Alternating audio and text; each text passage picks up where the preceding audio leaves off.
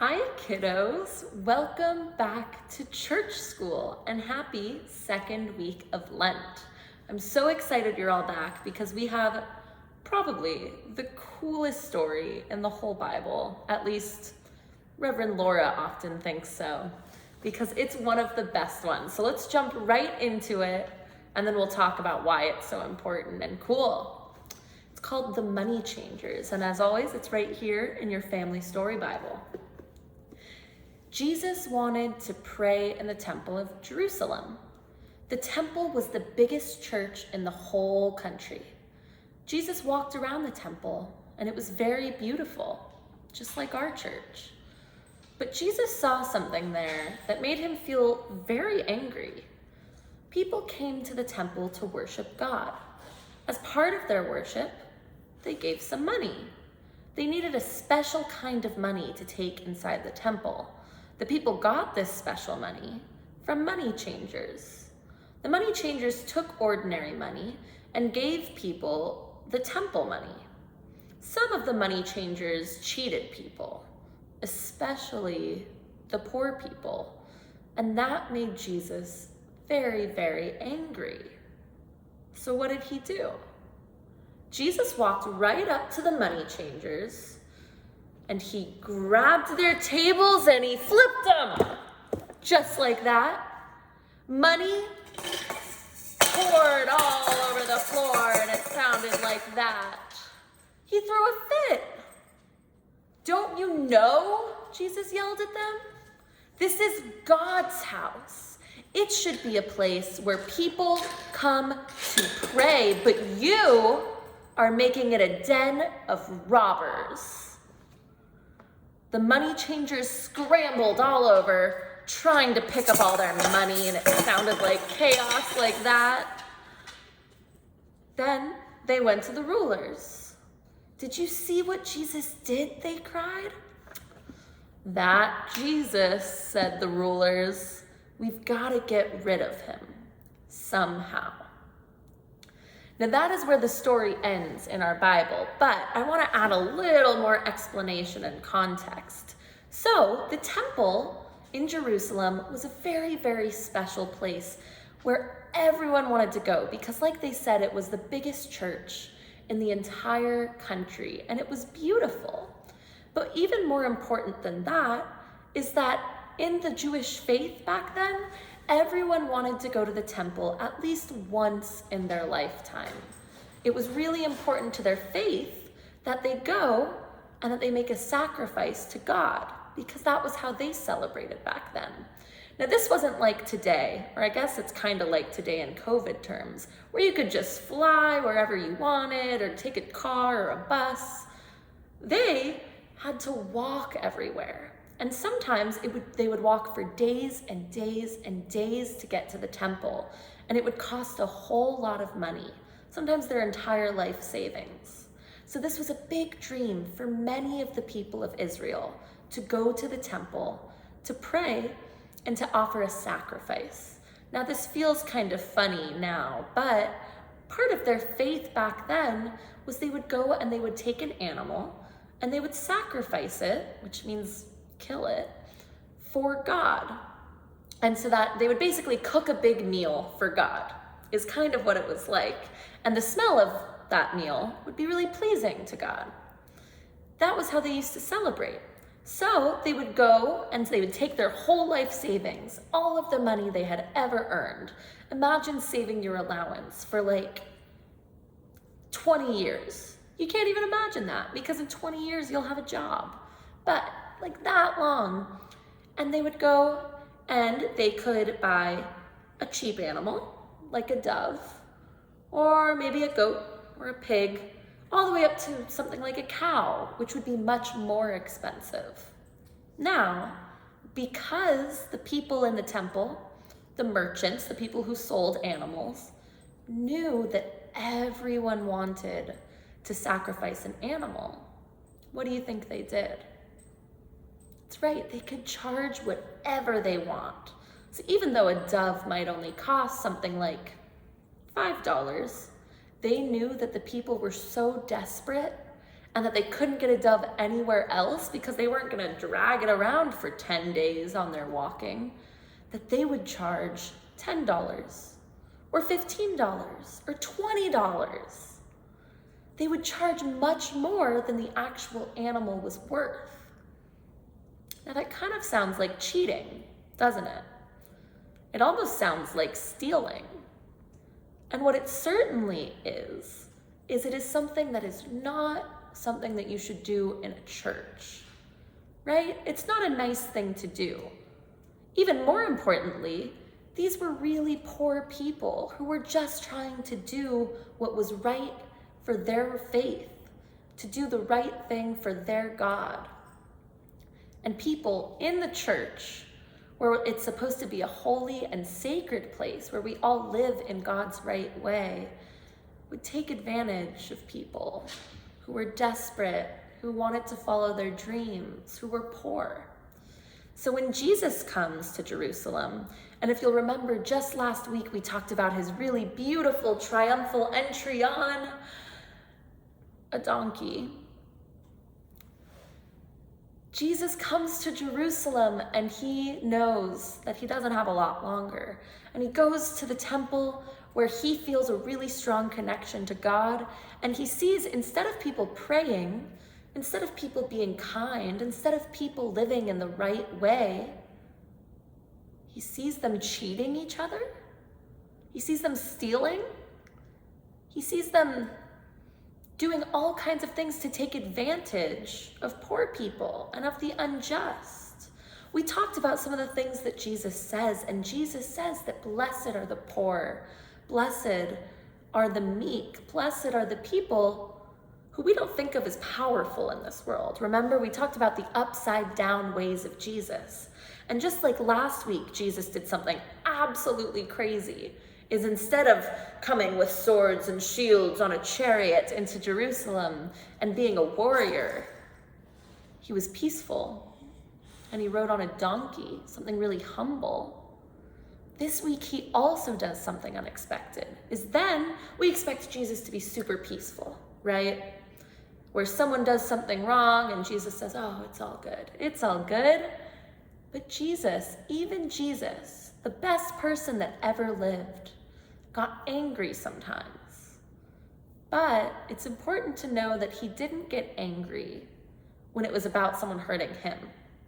So for example, he tells us that if someone hits you on the cheek, well, don't hit him back. An eye for an eye, punch for a punch, it's only fair. He tells us, give him the other cheek.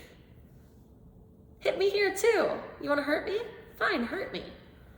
But Jesus doesn't say that that is what you should do regarding other people. He says that it's okay to get angry, to flip tables, which we might do in a little bit, to do all of these things when you're protecting other people. And this is called righteous anger. And it's not an anger that's bad. An anger that's bad is your little brother's kind of hanging around with you and he's poking you and you're annoyed because of course you're gonna get a little frustrated and you get really angry and you just smack them. Would Jesus say to do that? Of course not. Of course not. That's not a good kind of anger. But say you see someone on the playground who's being bullied. A bigger kid is coming up to him and pushing him around. Then you can be angry because you're not being angry for your own sake. You're not being angry about something that hurts you. You're being angry for justice. Justice is wanting to see things be fair and right in the world, but especially for other people. And that's when it's righteous anger. So then you can get mad and say, hey, bully, don't do that. Or tell a teacher or something like that. That's the kind of anger that Jesus felt, is for other people. That's called righteous anger. And we see that Jesus feels that righteous anger. He flips tables when people are mean because there's not justice, because people aren't being nice to other people. And when there's cheating money in the church where it's supposed to be a sacred, holy place for prayer And that's what Jesus wanted, is he just wanted a nice, loving church, like the one that we try to create here at Southport Congregational Church. There's a really, really good line in here that's part of the memory verse on your sheet that says, "My house shall be called a house of prayer, but you are making it into a den of robbers." Jesus is mad. He's angry. And so I want to talk to you guys a little bit about what makes you angry. We'll move on to our discussion questions. What makes you angry? Think back to the last time you were really, really mad. What was it about? Do you think that anger is always wrong? Or do you think that sometimes anger can be good? What do you think makes anger good? And how do you respond to it? That's the main question that asks us. But another one is to put yourself in the shoes of the people who are going to Jerusalem, to the temple. Is there one place that you want to go more than anywhere else? Disney World or Hawaii or Alaska, who knows? Where do you want to go? What's your dream? Imagine you work really, really hard to go there. And you save up all your money, and then as soon as you get there, someone steals all your money. Well, Jesus wanted to protect people against that kind of disappointment, and that was why he got angry. So, in order to teach us how to handle our anger well this week, we have 2 different activities, and both of them mean to show you that anger is natural. It is human. It is sometimes a very good emotion because it tells you when something's not right. And you shouldn't always just stand by when something's not right. Sometimes you need to speak up or stand up for the less fortunate, for the kid getting bullied on the playground, for your little sibling when something's not going their way. Sometimes for yourself too, absolutely. And so, we want to first tell you that A, it's okay to be angry, but 2, you have to handle it well. So, in this example, we see Jesus handles it in a way we don't even imagine Jesus to. We imagine Jesus as peaceful and he flips the table. So, your first activity is to destroy something. That's right. Church is telling you to wreck something, not just anything. Don't go breaking your parents' vases or anything like that. But if you have a Jenga game, you can build a tower. Or if you have cards, you can build a house of cards. If you have a whole pile of pillows, you can try and build a tower as high as you could go. If you have a snowman, you could build a great snowman and make it nice and big. And then think about something that is unjust, which means something that's just not right. And knock it over! Knock it over! My dog is trying to knock something over right now because she sometimes feels angry. Isn't that right, Coco? Knock it over. Destroy it, just like Jesus did. You might have a lot of fun. Sometimes it's really fun to knock things down. The second thing you can do is write a letter or draw a picture. Not everyone feels anger in the same way. No one feels any emotions in the same way. So sometimes knocking something over isn't really helpful. Sometimes you might feel sad or kind of thoughtful or like you want to be alone or talk about it. Well, we never want you to keep that anger inside of your heart. Instead, we want you to express it. And one of the ways to do that is by writing a letter. So you can think of the last time something made you really upset and write to that person, or just write for yourself. Say, "Dear diary," or "Dear person who made me angry, I really didn't like it when you did this. It made me feel like. Next time, I recommend you do something else." And that might help you. Or you can draw a picture of the event or of how it made you feel. All of those are really healthy ways to handle your anger. Because again, we all feel it sometimes. So we shouldn't just pretend it doesn't exist. We should manage it really healthily. And finally, we can always pray about our anger. So let's do that now. You can find your prayer on your sheet, or you can just pray along with me now. Dear God, thank you for sending us Jesus as an example of how to live. Help us to know the difference between good anger and bad anger. And when we feel angry, help us to handle it in your way.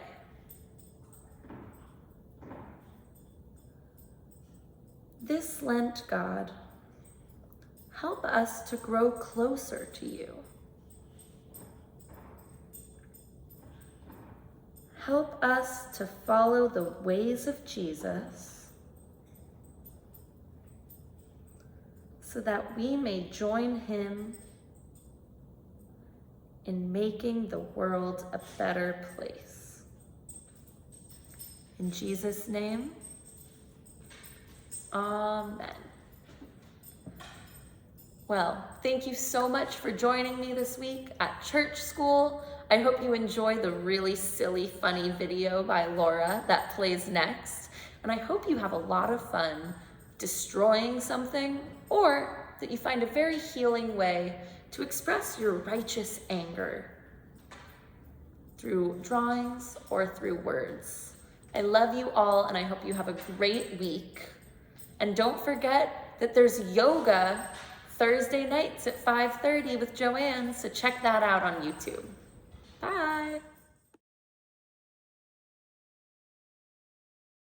Hi kids. Just like Jesus, your ministers feel righteous anger and want to destroy things. So here, I made a few temples. You know what makes me mad? It really grinds my gears. Some people don't have enough food.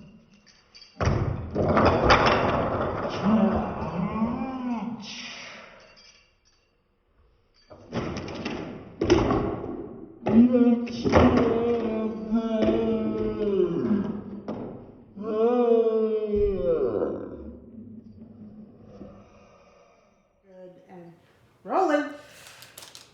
But I don't want the name.